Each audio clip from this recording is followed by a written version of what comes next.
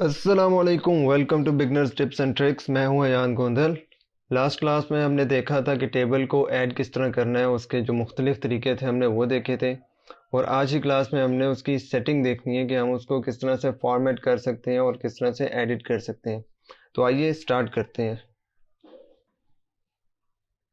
हमने देखा था कि इंसर्ट के मेन्यू में जाके जब हम कोई टेबल ऐड करते हैं तो हमारे पास मेन्यू बार में ये दो मेन्यूज़ और ऐड हो जाते हैं, डिज़ाइन का और लेआउट का। One by one in menus को देखते हैं। सबसे पहले हम डिज़ाइन के मेन्यू में देखते हैं। जिस तरह यहाँ पे लिखा हुआ है डिज़ाइन, मतलब कि हम टेबल को फॉर्मेट करना चाहें तो यहाँ से कर सकते हैं। मैं कुछ टेक्स्ट देखता हूँ टेबल के अंदर। ये मैंने कुछ टेक्स्ट ऐड किया है यहाँ पर। और अब हम इस टेबल स्टाइल्स को देखते हैं। यहाँ से कोई भी टेबल स्टाइल आप ले सकते हैं। लेट्स सपोज मैं ये वाला टेबल स्टाइल यहाँ से ले रहा हूँ और यहाँ पर मेरे टेबल स्टाइल्स के ऑप्शन है। अगर मैं चाहता हूँ कि मेरी जो फर्स्ट रो होती है वो हेडर रो होती है, वो ज़रा प्रोमिनेंट हो, तो मैं यहाँ पर हेडर रो को सिलेक्ट कर दूंगा तो वो मेरी हेडर रो प्रोमिनेंट हो जाएगी। और उसने खुद ही टेक्स्ट का जो कलर है वो वाइट कर दिया है, क्योंकि जो बैकग्राउंड में कलर आ रहा है वो ज़रा डार्क है। उसके बाद अगर आपने टोटल रो ऐड करनी है कि लास्ट रो जो सी टोटल रो होती है यूजली वो प्रोमिनेंट हो, तो उसको आप मार्क करेंगे तो वो भी आपकी प्रोमिनेंट हो जाएगी। उसके बाद अगर आप बैंडेड रोज चाहते हैं कि जो उनसे आपकी रोज़ हैं वो बैंडेड फॉर्म में आए, एक डार्क हो और दूसरी लाइट हो, तो उसके लिए आप बैंडेड रोज़ पे करेंगे तो आपकी इस तरह से रोज़ बैंडेड फॉर्म में आ जाएंगी। उसके बाद आपके पास जो तीन ऑप्शन अगले हैं वो हैं कॉलम्स के ऑप्शन। मैं इनको अनमार्क करता हूँ और मैं चाहता हूँ मेरा जो फर्स्ट कॉलम है वो प्रोमिनेंट आए। तो यहाँ से मैंने उसको फर्स्ट को किया, उसने यहाँ पे प्रोमिनेंट करके दे दिया। और मैं चाहता हूँ मेरा जो मेरा लास्ट कॉलम है वो भी प्रोमिनेंट आए, तो उसको मैं इस तरह करूँगा तो वो भी मेरा प्रोमिनेंट हो जाएगा। उसके बाद अगर कॉलम्स को बैंडेड करना चाहता हूँ तो बैंडेड कॉलम से सिंपल क्लिक करूँगा तो वो मेरे जो कॉलम्स हैं वो बैंडेड हो जाएंगे। तो इट्स अप टू यू कि आप किस तरह का डिज़ाइन चाहते हैं अपने टेबल के लिए। ये तो वो डिज़ाइन थे जो बने बनाए थे, हम खुद से भी कोई डिज़ाइन बना सकते हैं। मैं इन सब को अनचेक कर रहा हूँ, यहाँ से वापस प्लेन टेबल पर जा रहा हूँ। आप जैसे ही टेबल से बाहर आते हैं तो आपका वो वाला जो मेन्यू होता है वो ख़त्म हो जाता है, और जैसे ही आप टेबल के अंदर आते हैं तो वो आपके मेन्यूज़ दोबारा से आ जाते हैं। तो अगर आप डॉक्यूमेंट पर चले जाएं तो वो मेन्यूज़ आपके गायब हो जाएं तो आपने घबराना नहीं है, आपने वापस अपने ऑब्जेक्ट पर आकर इसको क्लिक करना है तो आपके पास वो मेन्यूज़ आ जाएंगे। डिज़ाइन के इस मेन्यू में हमारे पास शेडिंग का ऑप्शन है। आप यहाँ से अपने सेल्स को शेड कर सकते हैं। लेट्स सपोज मैं यहाँ से चाहता हूँ कि मेरा जो पहला सेल है उसका कलर कुछ रेड टाइप का, मैरून टाइप का है, तो मैं सिंपल यहाँ से इसको क्लिक कर रहा हूँ। और मैं चाहता हूँ कि मेरा जो नेक्स्ट है वो ग्रीन हो जाए, तो मैं यहाँ से ग्रीन को क्लिक कर रहा हूँ। और इसी तरह मैं अपना जो उनसे हैं बाकी के सेल्स उनको शेड करता हूँ। इस तरह से आप अपनी मर्ज़ी से भी जो सेल्स को हैं वो शेड कर सकते हैं। उसके लिए सिंपल आपने अपना कर्सर वहाँ पर रखना है, या आप सेल को सिलेक्ट कर सकते हैं सिंपली ड्रैग करके, या जो शॉर्ट कमांड्स मैंने आपको पहले बताई थी। अगर आपने सबसे पहले एक सेल को सिलेक्ट करना है तो आप शिफ्ट दबाकर राइट एरो दबाएंगे तो आपका सेल सिलेक्ट हो जाएगा। और इसी तरह अगर आप राइट एरो दबाते जाएंगे तो आपकी रो सिलेक्ट होने लग जाएगी। और अगर आप शिफ्ट दबाकर डाउन एरो दबाएंगे तो आपके जो कॉलम्स हैं वो सिलेक्ट होने लग जाएगा, और आप फिर वहाँ पर इजीली शेडिंग कर सकते हैं। उसके बाद आपके पास बॉर्डर स्टाइल का ऑप्शन आता है। बॉर्डर अप्लाई करने के दो तरीके हैं। पहला तरीका तो ये है कि आप यहाँ से बॉर्डर स्टाइल को क्या नाम है डिफ़ाइन कर दें। लेट्स सपोज मैंने ये किया तो मेरे पास कलर आ रहे हैं, यहाँ से मैं कोई भी कलर अपनी मर्ज़ी का रख सकता हूँ। लेट्स सपोज मैं यहाँ से इसको कोई भी ब्लू कलर दे देता हूँ, और यहाँ से जो बॉर्डर का वेट है वो इंक्रीज़ करके 3 पॉइंट्स पर लेके जाता हूँ। तो मेरा कर्सर चेंज होके इस तरह ब्रश टाइप का बना आ रहा है। आप सिंपल जिस जिस बॉर्डर पर क्लिक करेंगे उस पर ये फॉर्मेटिंग अप्लाई हो जाएगी।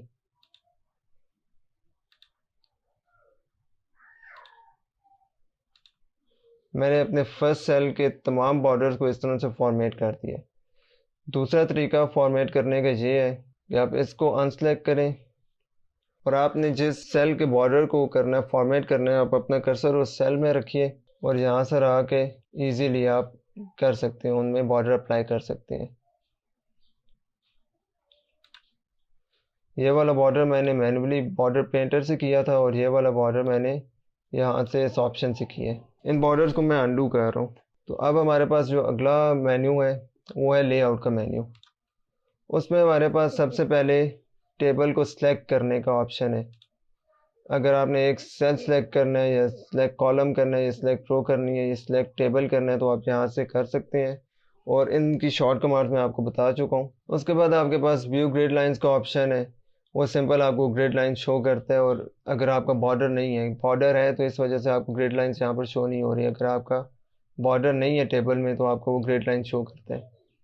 उसके बाद प्रॉपर्टीज़ है जिसकी ऐसा हमें ज़रूरत नहीं है अभी। उसके बाद हमारे पास ड्रॉ टेबल और रेस टेबल का ऑप्शन है। ड्रॉ टेबल का ऑप्शन हमारे पास जब हम टेबल इंसर्ट कर रहे थे तब भी हमें उसने ऑप्शन दिया था, जो हमने मैन्युअली ड्रॉ किया था टेबल को। इसी तरह अगर हम मैन्युअली इरेज करना चाहते हैं टेबल को या किसी रो को या किसी कॉलम को, तो ये रेज़र हमारे लिए उसका काम करता है। सिंपल जब हम इसको सिलेक्ट करते हैं तो हमारे पास जो कर्सर है वो इस तरह से बना आ जाता है। हम सिंपल उस पर लेफ़्ट क्लिक करके जितना ड्रैग करेंगे, जितना एरिया हमारा सिलेक्ट होगा वो एरिया हमारा रिमूव हो जाएगा। ये क्योंकि हमारा जो कॉलम्स है वो सिलेक्ट हुए थे, इस वजह से वो कॉलम्स रिमूव हो गए हैं, लेकिन ये रो रह गई है। लेकिन अगर मैं इस रो को सिलेक्ट करूं इस तरह से,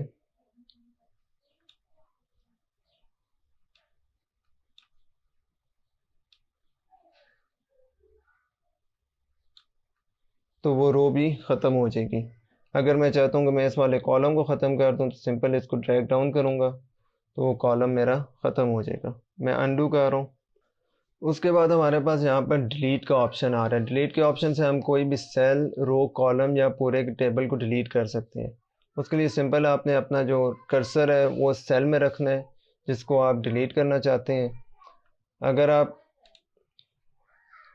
जिस तरह मेरा यहाँ पर जो कर्सर है वो सेकंड रो में और फर्स्ट कॉलम पे, अगर मैं डिलीट कॉलम करूँगा तो मेरा पहला पूरा कॉलम डिलीट हो जाएगा, और अगर मैं डिलीट रो पे करूँगा तो मेरी वो पूरी सेकंड रो डिलीट हो जाएगी। लेट्स सपोज मैं यहाँ पे डिलीट रो करता हूँ तो इस तरह से मेरी सेकंड जितनी भी रो थी वो डिलीट हो गई है। मैं अनडू कर रहा हूँ और यहीं पर रहते हुए डिलीट कॉलम कर रहा हूँ तो उसने मेरा पहला कॉलम डिलीट कर दिया। मैं अनडू करके इस दफ़ा डिलीट सेल कर रहा हूँ तो मेरा ये वाला सेल डिलीट होगा, और यहाँ पे वो कह रहा है कि इस सेल के डिलीट होने के बाद जो आपने बाकी के रिमेनिंग सेल्स हैं उसको आपने लेफ़्ट साइड पे शिफ्ट करना है या शिफ्ट अप करना है, या डिलीट एंटायर रो करनी है या कॉलम करना है। तो मैं चाहता हूँ कि मेरे जो उनसे बाकी के सेल्स हैं वो लेफ़्ट साइड पर शिफ्ट हो जाएँ, तो मैं यहाँ पर रहते हुए ओके करूँगा तो मेरे बाकी के सेल यहाँ पर शिफ्ट हो गए। ये वाला सेल मेरा एम्प्टी हो गया। उसके बाद अगर आप डिलीट टेबल करेंगे तो आपका पूरा टेबल डिलीट हो जाएगा। उसके बाद आपके पास रोज़ या कॉलम्स को ऐड करने का ऑप्शन है। इंसर्ट अबव का मतलब ये है कि आपने कोई रो ऐड करनी है, जहाँ पर आपका कर्सर है उससे ऊपर वो रो ऐड हो जाएगी इस तरह से। और अगर आप इंसर्ट बिलो करेंगे तो जहाँ पे आपका कर्सर है उससे नीचे आपकी एक रो ऐड हो जाएगी। उसके बाद इंसर्ट लेफ़्ट और राइट का ऑप्शन है। इंसर्ट लेफ़्ट या राइट से आप कॉलम ऐड कर सकते हैं। लेट्स सपोज के इस ए वाले कॉलम से पहले मुझे एक कॉलम चाहिए तो मैं इंसर्ट लेफ़्ट करूँगा तो मेरे पास एक और कॉलम आ जाएगा, और मैं चाहता हूँ कि इस ई वाले कॉलम के राइट साइड पर मुझे एक कॉलम मिले तो मैं इंसर्ट राइट करूँगा तो मेरे पास एक और कॉलम आ जाएगा। उसके बाद आपके पास मर्ज सेल्स, स्प्लिट सेल्स और स्प्लिट टेबल का ऑप्शन है। लेट्स सपोज यहाँ पे ऊपर मैं एक रो ऐड करता हूँ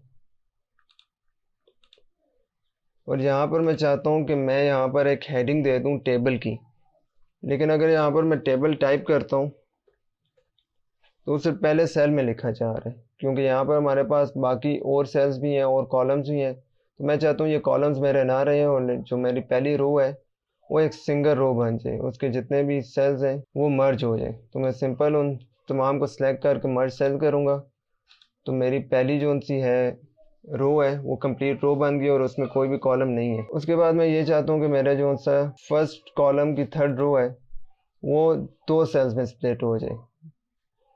तो मैं सिंपल अपना कर्सर वहाँ पर आकर स्प्लिट सेल्स करूँगा तो वो बता रहा है कि नंबर ऑफ़ कॉलम्स आप 2 चाहते हैं, अगर 3 करना चाहें 3 कर सकते हैं, 4 करना चाहें, और नंबर ऑफ़ रोज़ भी आप कर सकते हैं। तो आप जो यहाँ पर आप उसको कमांड देंगे वो उसके अकॉर्डिंग आपके जो सेल है उसको स्प्लिट कर देगा। अब मेरा ये एक ही सेल था लेकिन अब ये 3 कॉलम्स में स्प्लिट हो गए। मैं यहाँ पर इलादा से टाइप करना चाहूँ तो कर सकता हूँ।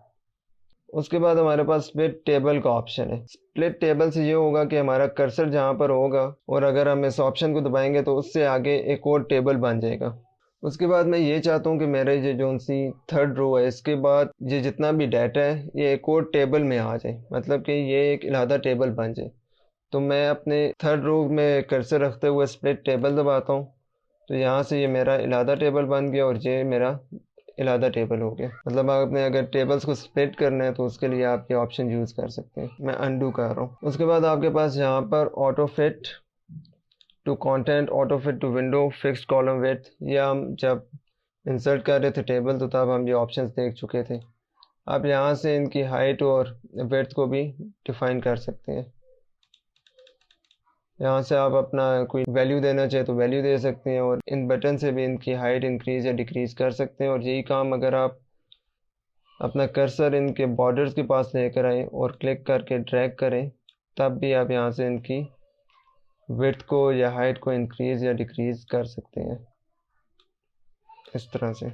मैं अनडू कर रहा हूँ। उसके बाद अगर आपने इस तरह से इस रो की हाइट को इंक्रीज़ कर दी है और आप चाहते हैं कि जो बाकी हैं वो भी इक्वली डिस्ट्रीब्यूट हो जाएं तो यहाँ पे डिस्ट्रीब्यूट रोज़ को करेंगे तो वो इक्वली डिस्ट्रीब्यूट हो जाएगा। और अगर इसी तरह आपने किसी कॉलम का विड्थ आपने इंक्रीज़ या डिक्रीज़ किया है तो आप चाहते हैं कि बाकी कॉलम भी उसी विड्थ के अकॉर्डिंगली डिस्ट्रीब्यूट हो जाए तो डिस्ट्रीब्यूट कॉलम करें तो वो जितने भी कॉलम्स हैं वो इक्वली डिस्ट्रीब्यूट हो जाएंगे। उसके बाद हमारे पास टेक्स्ट को अलाइन करने के ऑप्शन आते हैं और इस दफ़ा हमारे पास 9 ऑप्शन है। मैं जो पहली रो है टेबल की हेडिंग जो मैंने बनाई थी उस रो की हाइट को थोड़ा बढ़ा रहा हूँ।